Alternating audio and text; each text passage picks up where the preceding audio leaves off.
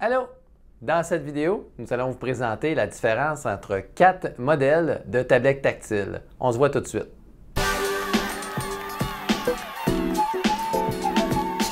Plusieurs clients nous demandent quelle est la différence entre les tablettes tactiles disponibles sur le marché et lesquelles sont compatibles avec AmiGest. C'est pourquoi nous avons décidé de faire le test pour vous et ainsi vous éclairer sur le sujet. Grâce à notre partenariat avec Bureau en Gros, nous avons eu la chance d'avoir accès à 4 tablettes afin de vous présenter ou vous partager notre expérience et les commentaires de nos employés pour faire un bon choix sur la bonne tablette. Il est important que vous sachiez que nous ne sommes pas des techniciens chevronnés en la matière d'analyse de tablettes, mais nous avons fait plutôt des choix basés sur le côté pratico-pratique. Cette vidéo s'adresse plutôt à la clientèle en service de garde. Nous n'irons donc pas trop loin dans l'aspect technique des tablettes. Premièrement, il faut savoir qu'AmiGest est compatible avec presque tous les types de tablettes Apple et Android.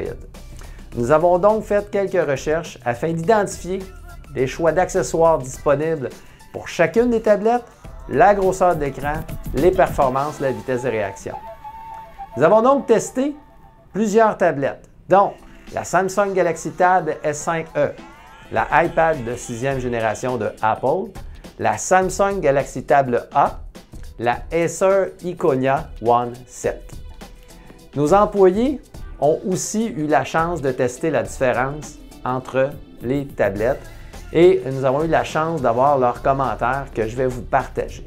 Commençons tout d'abord avec la tablette S5e. Au point de vue des accessoires, plusieurs pochettes de protection sont disponibles. On a regardé sur Amazon, Bureau en Gros, il y avait du choix, ainsi que plusieurs types de claviers externes. Par contre, on n'a pas trouvé aucun support mural disponible, donc moins pratique à ce niveau. Il faut charger la tablette à l'aide d'un câble de USB-C qui est le nouveau standard. Vous aurez besoin d'un adapteur pour les écouteurs, donc un peu comme Apple avec ses iPhones. Maintenant, Samsung a emboîté le pas sur l'élimination des prises d'écouteurs. Cette tablette ressemble étrangement à un iPad. Agréable à utiliser, les performances du processeur permettent une utilisation super fluide des applications, dont les applications AmiGest évidemment. Son écran large permet un affichage beaucoup plus d'informations grâce à ses résolutions étendues. Nos employés ont vraiment aimé la qualité de son.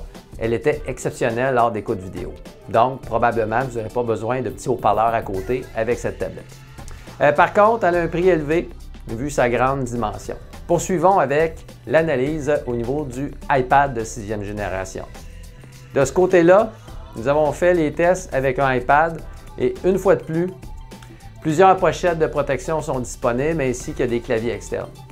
Plusieurs supports muraux sont disponibles aussi. On en a d'ailleurs dans notre boutique si ça vous intéresse. Il faut la rechercher via un port Lightning, qui est le standard d'Apple, et vous n'aurez pas besoin d'adapteur pour connecter les écouteurs. Sur l'iPad, ils ont laissé l'écouteur. Fait intéressant, la nouvelle génération du Apple est maintenant compatible avec le crayon qu'on reconnaissait souvent sur les iPod Pro afin de saisir et de simplifier des notes en tant que telles sur la tablette. La dimension de l'écran de la tablette est très agréable à utiliser et les performances du processeur permettent une utilisation fluide des applications AmiGest. Son gros avantage, c'est sa simplicité d'utilisation. Maintenant, la Samsung Galaxy Tab A. Au point de vue des accessoires, encore une fois, plusieurs pochettes sont disponibles de protection. On a regardé aussi dans le catalogue de Bureau en Gros et il y avait des claviers externes. Par contre, on n'a trouvé aucun support mural disponible. Évidemment, on dirait qu'il y en a juste chez Apple des supports murales. Il faut charger la tablette via un port USB-C qui est le nouveau standard. Vous n'aurez pas besoin d'adapteur pour connecter les écouteurs. Ils ont laissé l'adapteur dans ce cas-ci. Elle est agréable à utiliser. Son processeur donne des performances quand même assez adéquates pour l'utilisation des applications d'AmiGest. Sa plus petite dimension permet à cette tablette d'être plus accessible quotidiennement et moins pesante, plus facile à maintenir. Finalement, regardons la Acer Iconia One 7. Là aussi, point de vue des accessoires, il y a un vaste choix de pochettes disponibles sur le marché, ainsi que des claviers externes. Par contre, encore une fois, aucun support mural de disponible. Il faut cependant la charger avec l'ancien connecteur du port USB normal que tout le monde connaît. Vous n'aurez pas besoin non plus d'adapteur d'écouteurs pour brancher vos écouteurs. Cependant, c'est unanime, nos employés disent que cette tablette est vraiment désagréable à utiliser car les performances sont vraiment médiocres. Même leurs enfants ont refusé de l'utiliser. Par contre, elle a un prix accessible, petite dimension.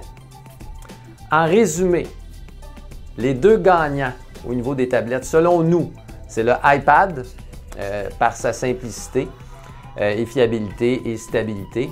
Et finalement, la Galaxy Tab A pour son bon rapport qualité-prix et sa performance.